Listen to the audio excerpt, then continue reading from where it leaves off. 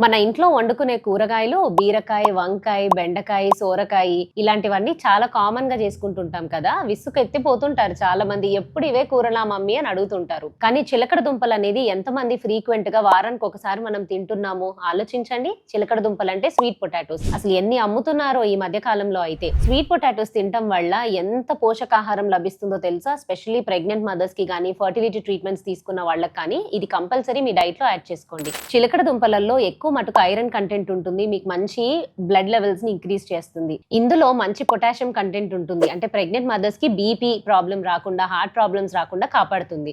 ఇందులో బాగా vitamin C కూడా లభిస్తుంది. అంటే మనకి ఇమ్యూనిటీ పవర్ వచ్చినట్టేగా. ఇందులో లాట్ ఆఫ్ ఫైబర్ ఉంటుంది. అంటే మీకు మోషన్ ఫ్రీగా రావడానికి కానీ, డైజెషన్ మంచిగా అవ్వటానికి కానీ చిలకడ దుంపలు బాగా యూజ్ అవుతాయి. పుట్టబోయే బేబీకి వైటమిన్ ఏ అంటే ఇందులో బీటా క్యారోటిన్ అని ఉంటుంది. ఈ బీటా క్యారోటిన్ వైటమిన్ ఏ లాగా కన్వర్ట్ అవుతే పుట్టబోయే బేబీస్ కి ఐస్ కి చాలా మంచిదన్నమాట.